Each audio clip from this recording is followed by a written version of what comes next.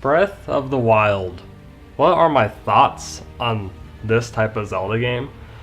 I haven't beaten it yet, so this is more of like a first thoughts and impressions type of video. I've only played the game about maybe 20 hours in at most, 25, somewhere around that. I haven't even put 40 hours into the game yet. I know, and I'm a huge Zelda fan.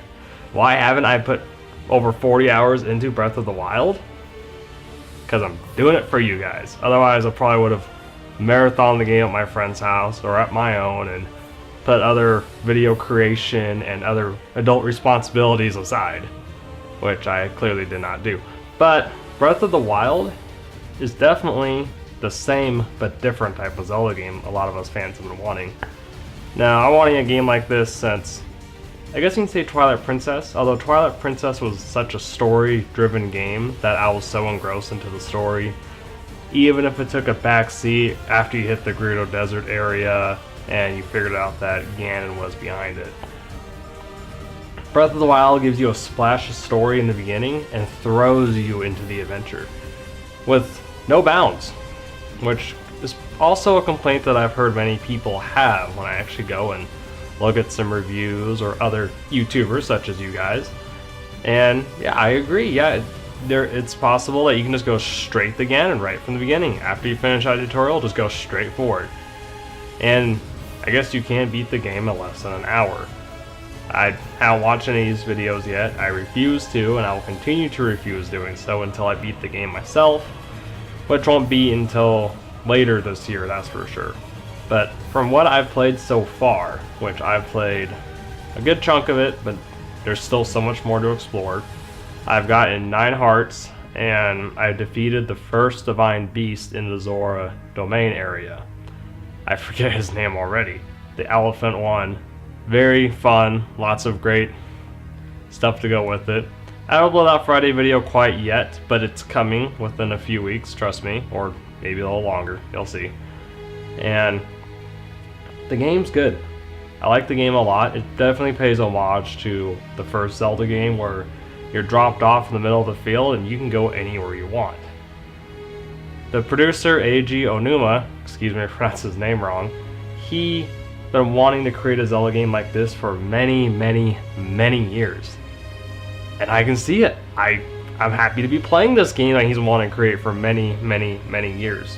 And there's so much you can do in all the fields, and no matter where you go, there's always something to interact with, whether you're grabbing a shrine, you're hunting for some food, you're trying to make your way up in the mountains because you're freezing, you're looking for something in particular, maybe you're just exploring, there's going to be enemies around every nook and cranny. It's what I've always wanted in a Zelda game, and more, taking out all the story parts of it too.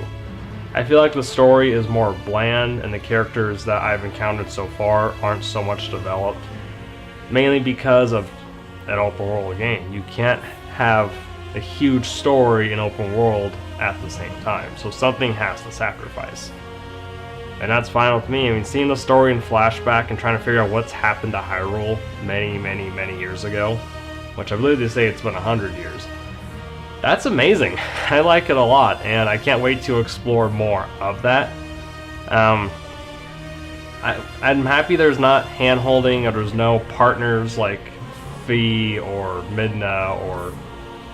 gosh, what's the Cap's name in Minish Cap? Throughout Link's adventures, at least different incarnations of Link's, he's had partners and support characters help him along the way. Kind of like Mega Man and Lan in Mega Man Battle Network. And I'm all for that, but I'm actually happy that it's not here this time around. I'm happy the game has a much steeper learning curve. Well, I'm just going to go to the other side of the map.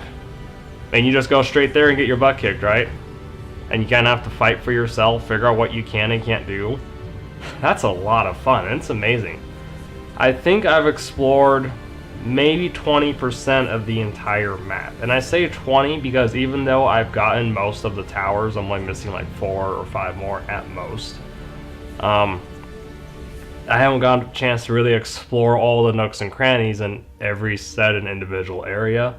I figured getting the whole map was a good priority first. That way I'm always knowing where I'm going and I can just search from there. Plus you can pick up shrines along the way and power yourself up before tackling more of these divine beasts. At least for me, that's been a good approach. I haven't started any of the side quests yet, so I don't really have an opinion on them. I know there's a boy in, I think, Hot to Know Village. He wants you to collect weapons from all around the world because his father is like a blacksmith or something. See, I don't even remember the side quest anymore, but I have not really begun doing side quests quite yet because I'm so focused on the exploration factor of it.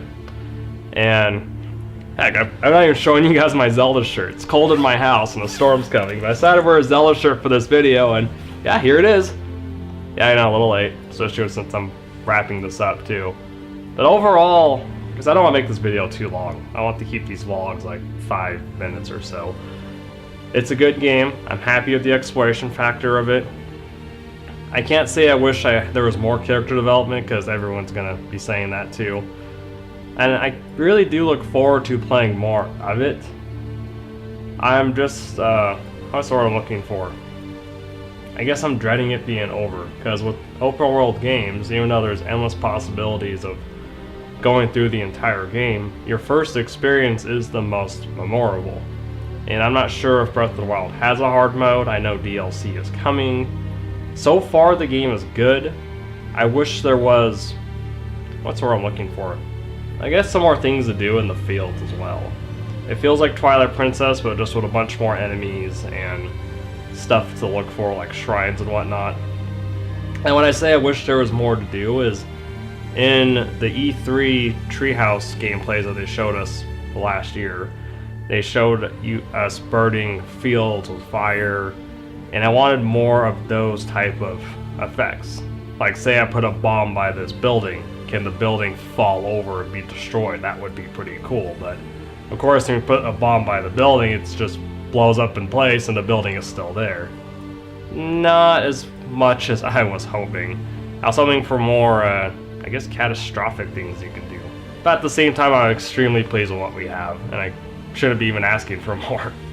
The heck, maybe in future Zelda games, there will be more and more and more stuff you can do in these big worlds. I mean, this is my first open world game, because I don't really count MMORPGs as being those. I mean, yes, they are, but it's not, like, that's a massive multiplayer online game. This is like a console game, and it's a complete world that you can explore without the online part of it. And that's pretty cool, and I enjoy it a lot.